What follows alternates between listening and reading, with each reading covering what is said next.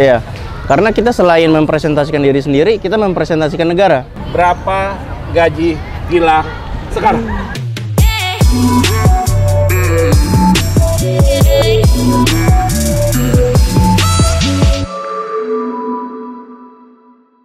Salam generasi cinta prestasi. Selamat sore, selamat siang, selamat pagi untuk sahabat Opa Guru. Pada hari ini Opa Guru didampingi oleh alumni SMK Medland Angkatan ketiga, Gilang Fajar Purnama.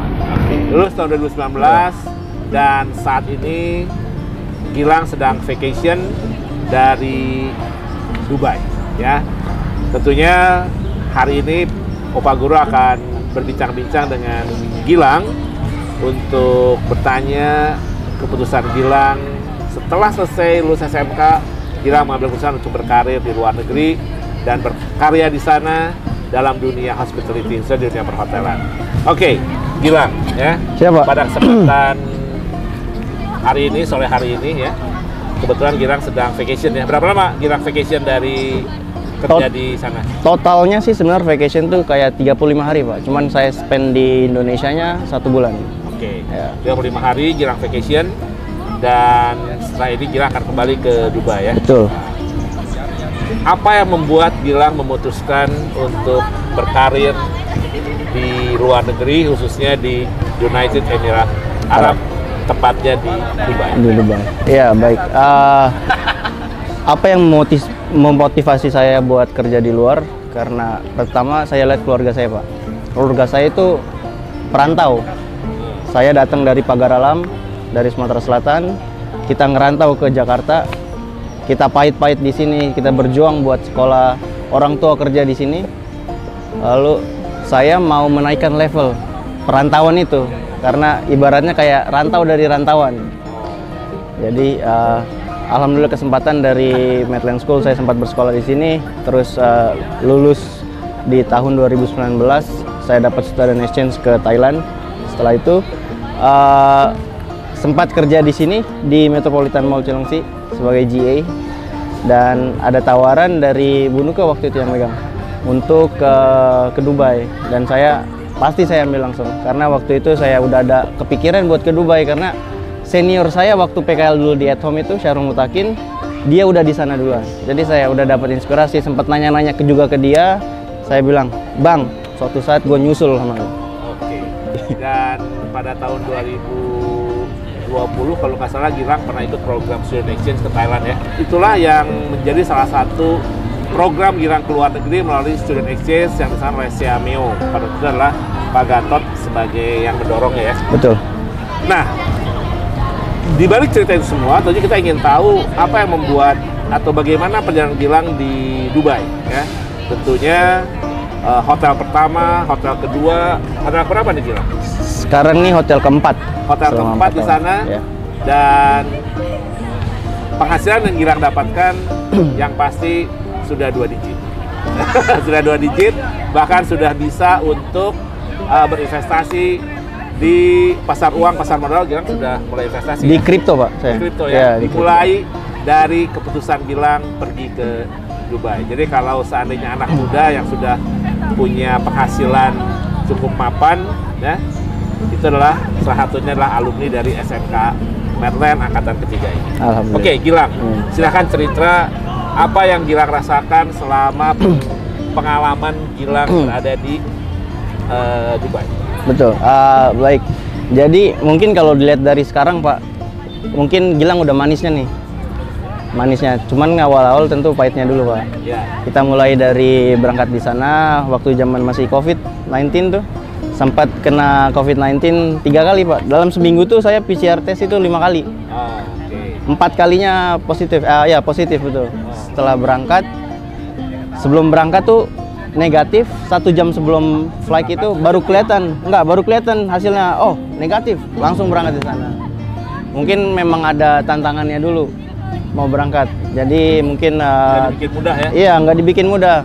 Harus mungkin ngelatih mental kita juga. Bener nggak mau berangkat? Misalkan waktu saya itu positif, saya nggak jadi berangkat, mungkin saya nggak bakal jadi kayak sekarang ini. Betul. Karena saya mungkin berani ngambil risiko, dan alhamdulillahnya berangkat ke Dubai tanggal 6 Juli. Oh, 6 Juli 2021. 6 Juli 2021. Ya, Gilang berangkat. landing Iya, di Dubai. Di Dubai, iya. Tadinya awalnya itu di schedulekan untuk berangkat tanggal 3 Juli. Cuman karena ada masalah terkait COVID-19 jadi delay. Jadi hal yang luar biasa adalah justru Gilang berangkat bukan dalam situasi baik-baik saja, Betul. tetapi berangkat dalam situasi yang sangat tidak baik. Dan itu bukan hanya di Indonesia tapi seluruh dunia ya. Betul. COVID itu kan. Betul, ya. Nah, ini keputusan yang luar biasa sebetulnya. Dan lalu sudah sampai di sana, kita dicarikan untuk tempat interview pertama, interview kedua. Kebetulan interview pertama saya keterima juga. Saya ada diskusi dengan Pak Antoni. Waktu itu Pak Antoni yang direct saya gimana, karena saya waktu itu masih buta nih Pak. Saya masih nggak tahu apa sih Dubai, cara kerjanya gimana sih. Lalu diarahkan dengan Pak Antoni, katanya di hold dulu aja nak, ini company-nya bagus, cuman abis ini ada company yang lebih bagus lagi. Okay, good. Ya, interview pertama itu udah keterima Pak, saya udah masuk di list. Lalu interview kedua, ternyata interview kedua itu untuk event Expo 2020, itu event seluruh dunia. Jadi exhibition untuk selama 6 bulan, termasuk Indonesia ada pavilionnya juga. Pak Jokowi pernah ke sana juga. Iya. Lalu Presiden Indonesia. iya betul. Lalu saya keterima di situ. Grupnya itu salah satu terbesar grup lokal di Dubai, namanya Emaar. Dia yang punya Burj Khalifa dan Dubai Mall. Itu grupnya. Ya. Jadi saya ngerasa kayak mungkin ini jalannya, dikasih tahu jalannya lebih mudah. Sudah ada arahannya, kayak mungkin merasa beruntung juga Pak. Nggak seberuntung mungkin dengan angkatan-angkatan saya yang juga berangkat ke sana. Jadi pertama tuh kerja di Expo itu, pre-opening juga. Jadi kita waktu datang tuh gedung-gedung belum jadi Pak. Masih ada yang renovasi, under construction. Kita masih pakai face constructor itu dan pakai helmet. Iya, jadi pre-opening tuh. Iya betul, pre-opening. Kita angkat-angkat meja, setup, semua mesin-mesin kita baru. Lalu selama di sana kurang lebih 8 bulan. Jadi 2 bulan sebelum pre-opening, lalu kayak 1 bulan setelah. Dan alhamdulillahnya setelah event Expo itu selesai, saya interview lagi kebetulan dengan orang yang sama yang interview saya sebelum masuk sana. Orang Itali saya ingat, tapi namanya saya lupa Pak. Waktu interview yang lainnya karena kayak mungkin gugup. Dan kebetulan di sana tuh kayak satu floor tuh banyak orang Indonesia Pak. Mungkin waktu interview mereka gugup, jadi nervous lah kayak gitu waktu interview. Kalau saya datang, duduk, interviewnya online. Lalu saya bilang, "Hi, how are you? Do you remember me? You the one who interviewed me before when I was just join here." Dan terus kata dia, "Oh yeah, I remember you and how." Jadi nggak interview Pak, jadi kita ngobrol. Dia nanyain gimana kerja di sana. Jadi nggak saya bawa untuk dia nanya ke saya yang nanya ke dia. Jadi sebenarnya bekal dalam berkomunikasi, skill of communication ya, dan juga kemampuan berbahasa menjadi satu entry point yang menentukan untuk kita bisa yes betul. or no-nya yes, ya betul. bagi pihak user ya. Yeah. Okay. Dan kebetulan Gilang ini mempunyai skill of communication yang baik dan bahasa Inggris yang di atas rata-rata. Alhamdulillah. Ya baik, jadi habis itu saya keterima di flagship si company ini Pak. Namanya Address. Nama hotelnya Address Downtown, karena Address tuh di Dubai itu ada sekitar 8 address. Ada 8 hotel Address. Saya kebetulan di flagshipnya yang di persis depan Burj Khalifa. Jadi view-nya bagus untuk kerja. Dan kebetulannya lagi, ini banyak kebetulan nih Pak sebenarnya. Banyak hal yang betul-betul sudah Tuhan iya, untuk Gilang. Betul, alhamdulillahnya kayak gitu. Gilang masuk di lobby lounge dan restoran manajernya itu orang Subang kalau nggak salah. Orang Sunda pokoknya. Namanya Gigin Hidayat. Jadi orang Sunda, Gigin Hidayat namanya. Gigin Hidayat. Ya. Oke. Itu orang Sunda restoran manajer dan ya mungkin dipertemukan. Sampai hari ini beliau masih di sana ya? Beliau masih di sana, dia sekarang posisinya F&B manager. Ya, sudah naik lagi. Jadi sebenarnya kita tidak perlu khawatir anak-anak SMK, lulusan SMK untuk berangkat ke Dubai atau kemanapun, karena kita akan bertemu dengan teman sesama Indonesia. Betul. Apalagi dalam kesempatan seperti Hari Merdeka saat ini, pasti mereka punya rasa nasionalisme sangat tinggi ya. Gitu? Betul, betul. Iya. Karena kita selain mempresentasikan diri sendiri, kita mempresentasikan negara. Kalau ada apa-apa, yang dinilai negaranya. Kita berkelakuan baik, kita kerja giat, kerja keras, wah mereka ngeliat orang Indonesia kerjanya bagus. Kalau misalkan ada satu orang Indonesia yang kerjanya jelek, males-malesan, bolos kerja, Indonesia yang dinilai, bukan si orang itunya aja. Jadi memang harus siap mentalnya dan standar kita memang harus bisa bersaing dengan internasional. Oke. Gilang, padahal pengen tahu. Boleh. Pada saat Gilang pertama datang ke sana, Iya Pak. nangis nggak? Atau bersyukur? Saya nangis tapi saya terharu Pak. Oh, apa yang membuat Gilang nangis dan terharu? Karena saya bisa menepati omongan saya ke si Sahrul Mutakin, senior saya waktu itu. Oh. Lalu saya nangis karena saya nggak tahu ke depannya ini gimana. Karena saya benar-benar buta Pak. Gambaran di sana tuh saya nggak ada. Karena di sana belum ada kerjaan waktu udah di sana. Jadi benar-benar pahitnya. Dalam suasana COVID, Betul. lalu di sana juga tidak tahu mau kemana. Iya. Kalau ibaratnya orang tua jauh, Betul, keluarga nggak ada di sana. yang ada cuma guru SMK Medland yang pada waktu Pak Antoni ada di sana ya. Iya. Tapi walaupun juga tidak bisa fokus untuk Gilang saja. Iya. Nah, tetapi intinya adalah bahwa keberanian Gilang mengambil sebuah keputusan itu betul-betul kalau pada Nuan bilang adalah berdasarkan dengan niat, ya, Ya. N-nya adalah niat yang tulus, niat yang luar biasa untuk suatu kebaikan bagi keluarga dan dirinya sendiri. Betul. I-nya adalah ikhtiar ya, dan Gilang ini ikhtiar yang luar biasa nih ya. Ikhtiar bagaimana supaya bisa mendapatkan pekerjaan dengan baik, ikhtiar dengan belajarnya dan segala macamnya. Lalu kemudian A-nya adalah Gilang mencoba menjaga akhlak yang terpuji. Selanjutnya serahkan kepada Tuhan, tawakal kepada Allah Subhanahu wa Ta'ala. Betul ya Gilang? Betul, betul Pak. Ya.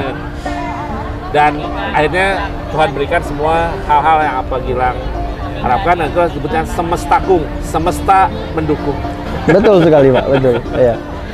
Oke, Gilang, Iya Pak. pada saat Gilang di sana ya, 4 tahun baru kembali kan? Betul ya. Dalam 4 tahun itu Gilang kangen nggak sama mama sama papa? Pastinya Pak, pasti kan. Karena yang biasa kita dibesarkan sampai SMK, tamat SMK, kita selalu dengan orang tua. Lalu kita melangkahkan kaki untuk keluar dari rumah. Rumah itu bukan gedungnya, cuman keluarga. Jadi rumah saya itu keluarga saya. Jadi pasti ada homesicknya, pasti ada kangen mama, kangen papa. Lalu mungkin dengan salah satu caranya ya hanya video call atau bisa teks. Dengan saya video call sama mami papi itu hampir setiap malam Pak. Oh, setiap malam? Iya, video call, hampir setiap malam. Karena saya jauh juga kan. Saya apa-apa kasih tahu mereka, saya kabarkan ke mereka. Misalnya ada berita buruk saya kabarkan, mungkin mereka khawatir, cuman saya kuatkan kalau saya bisa. Tapi dari Instagram yang Padar lihat di Gilang punya Instagram atau di mana, Ya Pak. ya kayaknya Gilang banyak happy-nya di sana. Untuk itu kita mungkin nggak bakal share yang buruk-buruknya ya kalau di dunia sosial media.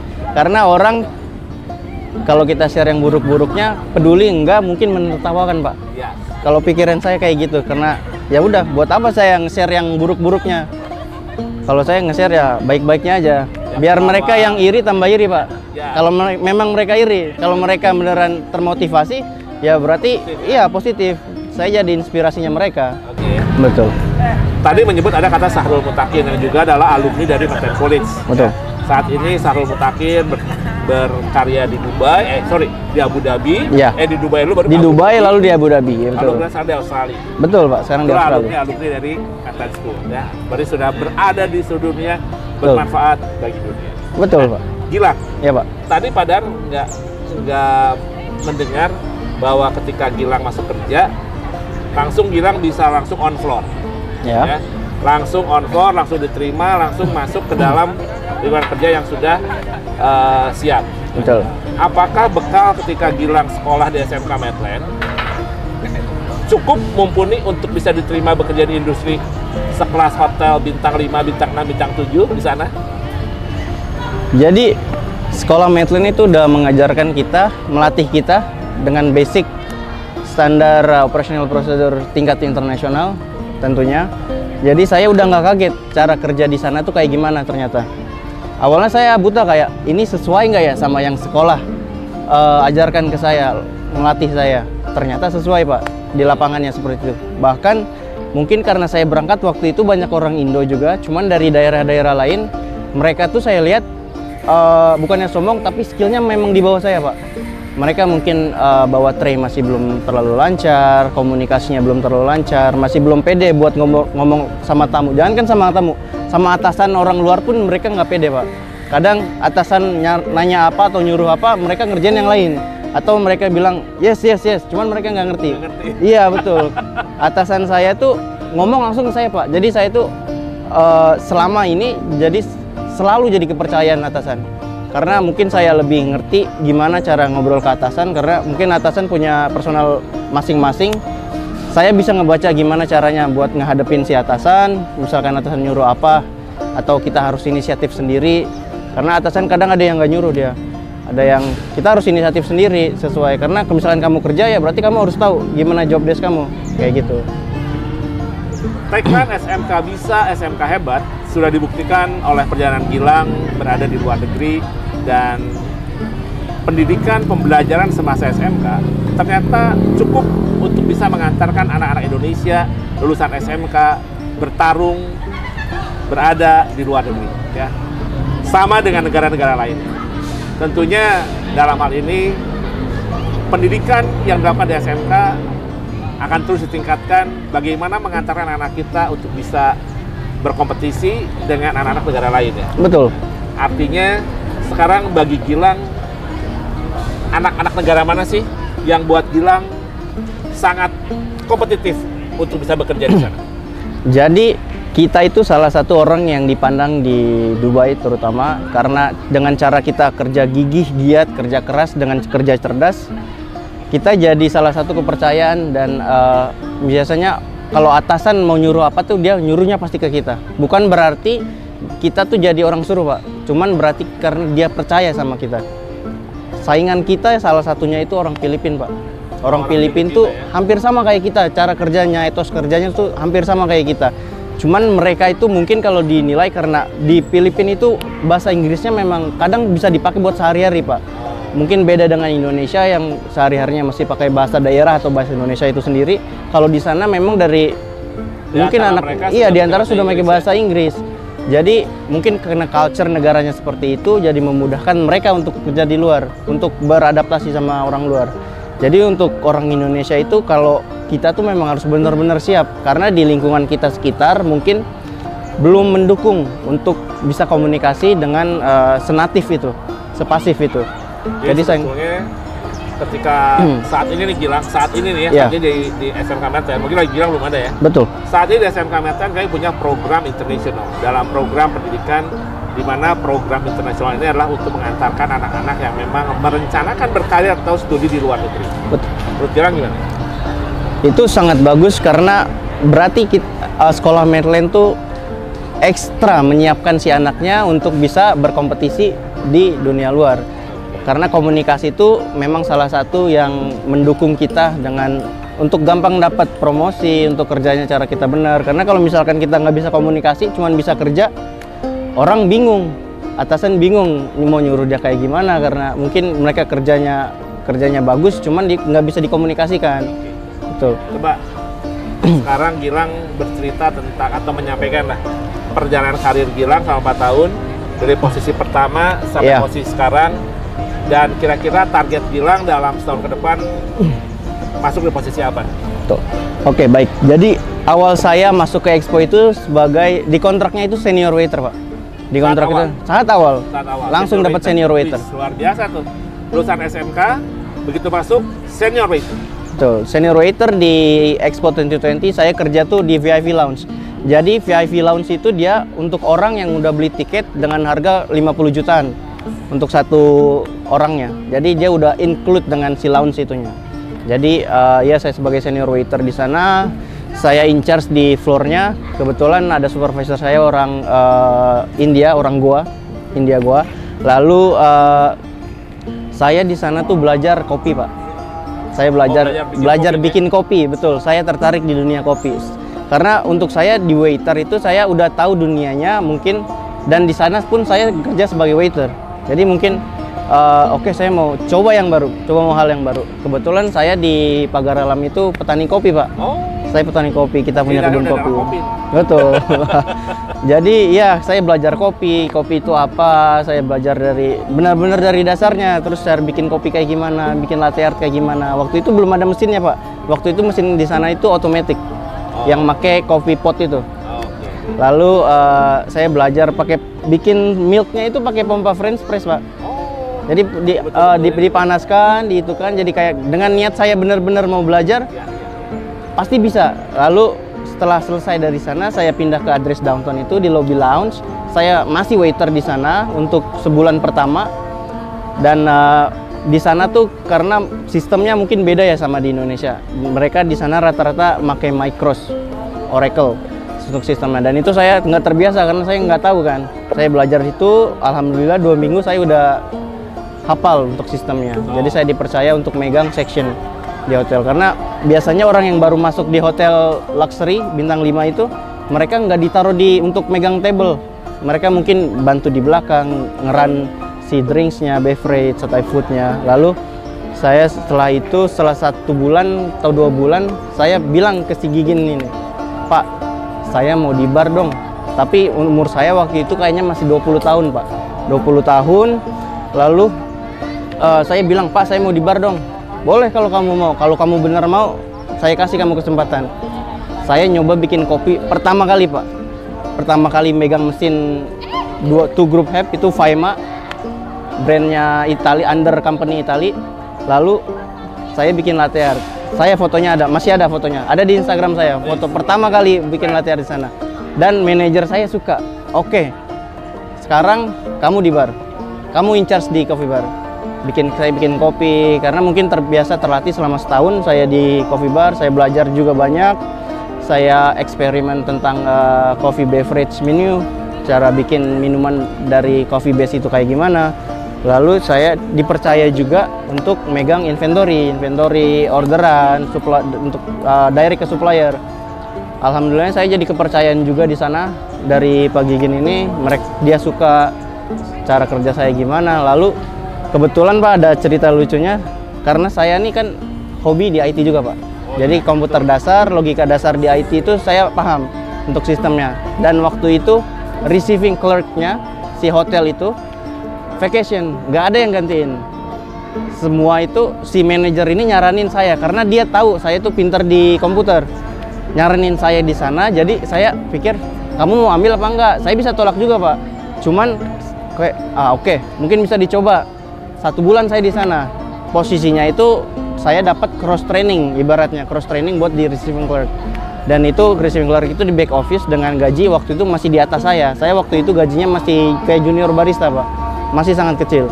Jadi senior receiving clerk ini gajinya udah 2 digit. Saya waktu itu belum menyentuh 2 digit. Oh, 2 digit. Ya, receiving clerk itu waktu 1 bulan.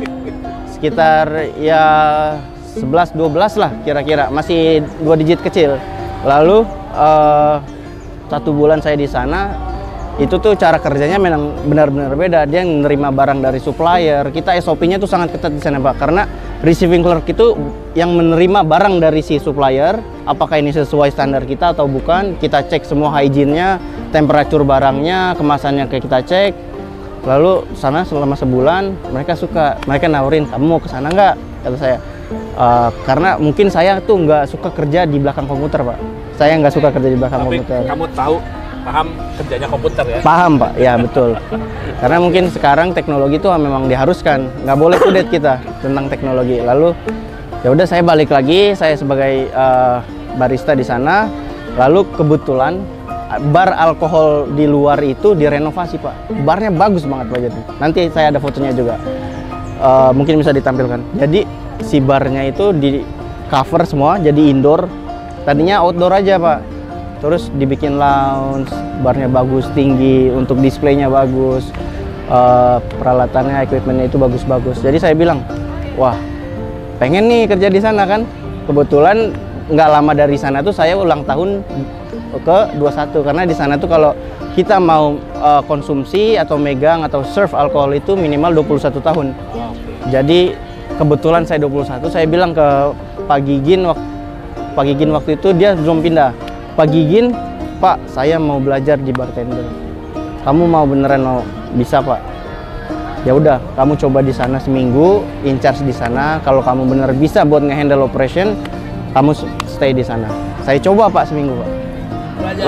Belajar terus, suka.